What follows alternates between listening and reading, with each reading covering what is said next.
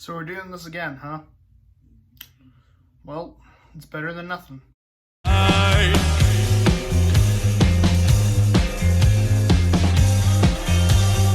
Alright, this episode we will be talking scripts. How to write them, what to write them, the main components of them, and stuff like that. There are two kinds of scripts, neither of which I know the name of, but that's okay because I already have names for them. One is called the pitch script and the other is called the professional script. Today we're mostly going to be talking about the pitch script. And a pitch script is the script where you mainly focus on the story and the characters and you go really deep into stuff like that. You should do that with all your scripts, but this is the script where you mostly do it in. It's the script that you take to companies and producers and actors and directors and whatever. So we're going to be focusing on that kind of script, but if there's enough clamor and want for a video about professional scripts, I can learn more about those and make an entirely separate video on it. So here we go. The main components and points of a pitch script.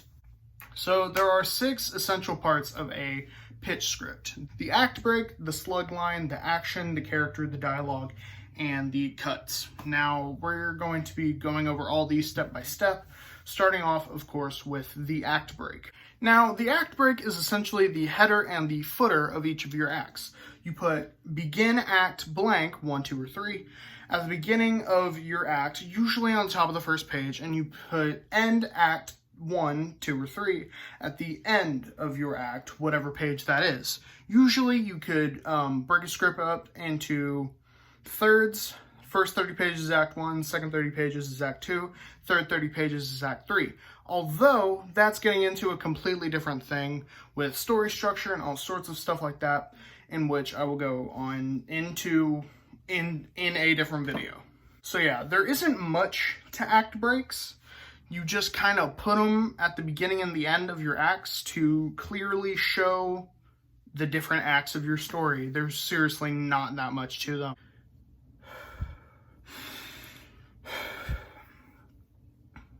Now, the second most important part of the script is called the slug line.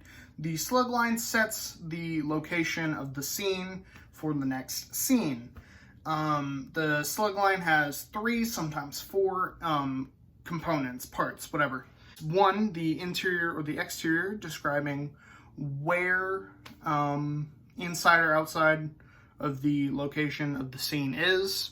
As shown by INT or EXT. Sometimes it's both, depending on whether or not your character is entering or exiting your location. The second most important part of the slug line is just the name of the location. This names the location. It can be anything from house or college or school or something like that, or it can be incredibly specific, like Troy's house or Abed's apartment or Greendale Community College. If you didn't know, I am a big fan of Community. The third most important part of the slug line is the time of day. You put this after the name of the location, and you put the name of the location after interior, exterior, if I didn't mention that.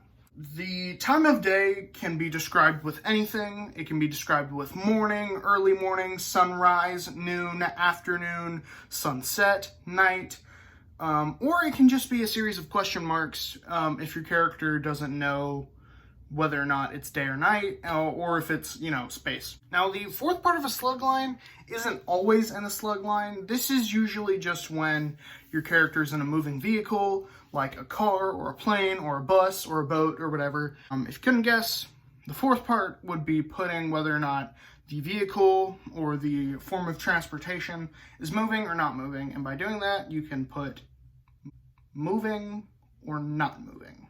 So now that we've covered the slug line and the act breaks, it's time for probably the second most important, it's probably the most important actually, the most important part of your script, and that is the action.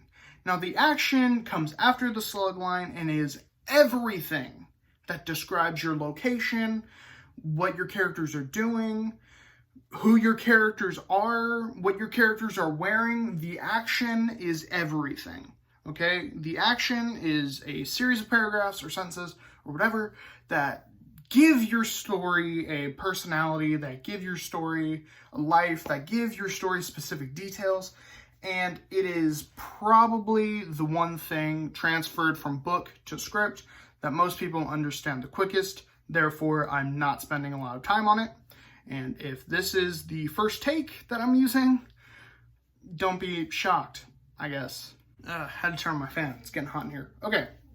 So after the action is the character. Now, this is the part of the script where you start the character right before their dialogue. And there are 3 components to this, but you don't always have to use these components, especially if the character isn't doing anything important. So the first component is, of course, the character's name, naming the character, easy stuff, simple stuff. And then after that, it's variation on where the character is talking from, whether or not they're continuing a line, stuff like that. And to write that, there is a set of parentheses that you can put after the character's name that include abbreviations of voiceover or off-screen or continued, depending whether or not your character is continuing a line, is doing voiceover, or is off-screen. Okay, so while I'm shooting this, actually, I forgot to add in the part of the third component of character work and getting ready for dialogue.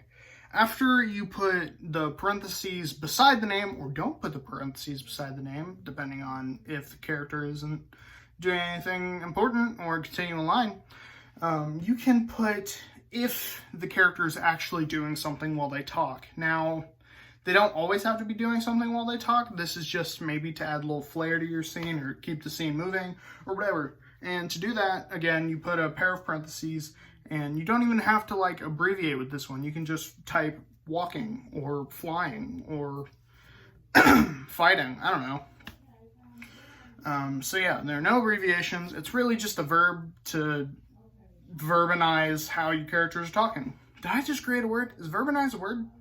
I'm going to look it up. I'm going to add it in if it is a word. And if it's not a word, I'm just going to add it in if it's not a word. Yeah. All right, so now for the part that I bet you're all excited about, dialogue. So there aren't really any rules for dialogue, and there aren't really any special twists like there are with the slug line or the character or anything, but there is possibly an important thing, maybe if you want to add a little more flair again, or if your character is changing who they're talking to. And again, that's just adding parentheses in the middle of the line or between the line or whatever.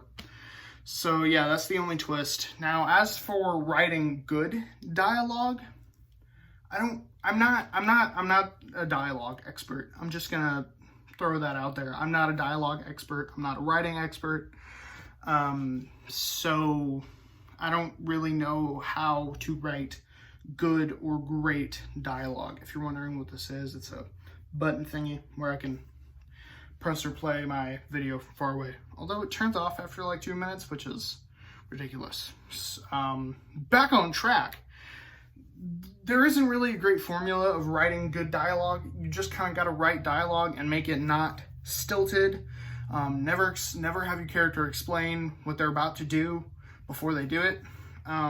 Make it witty, make it fun, make it something that you want your actor to read.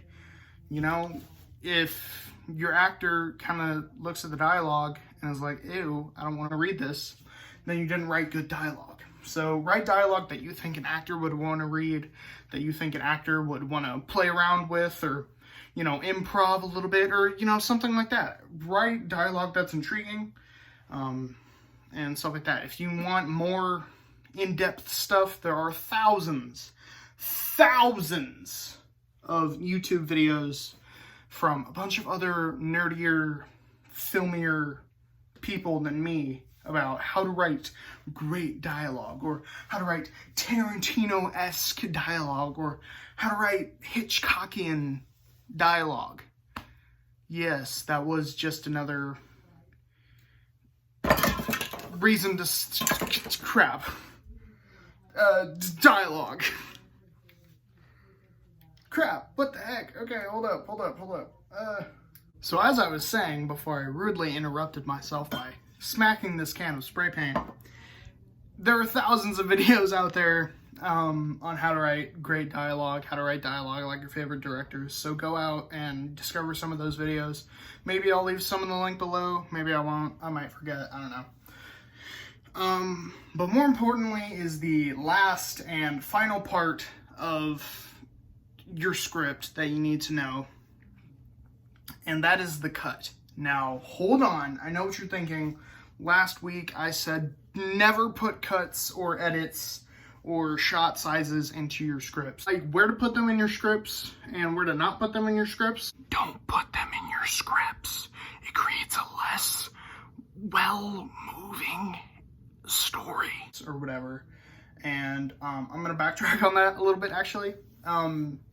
Never put when the shot is cutting. Never put when you go from a medium to a close-up to a wide. You gotta keep your story going all nice and flowy. You know, you gotta have it flowing like a rapper on something that rhymes with rapper. I don't know, I'm not a rapper. You know, you gotta have a good flow. Can't have a bad flow. But you do put cuts whenever you're changing scenes or locations or stuff like that. All right, so those were the 6 key components of writing a pitch script, poorly explained by the guy who writes a script but then does not read from it. Those are the 6 key components of writing a script. Those are the 6 things you need to know when writing a script, and those are probably the most important things to know when writing a script. Again, I want to say never include shots because someone else's job is to figure that out. That is the director's job and the cinematographer's job. You are just the writer. So just write some good flowing goodness. And I will see you guys next week. Okay, cut? Is that a cut? All right, good. Someone take this thing away from me. Thank you. All right, that was a cut. Cool, let's get lunch.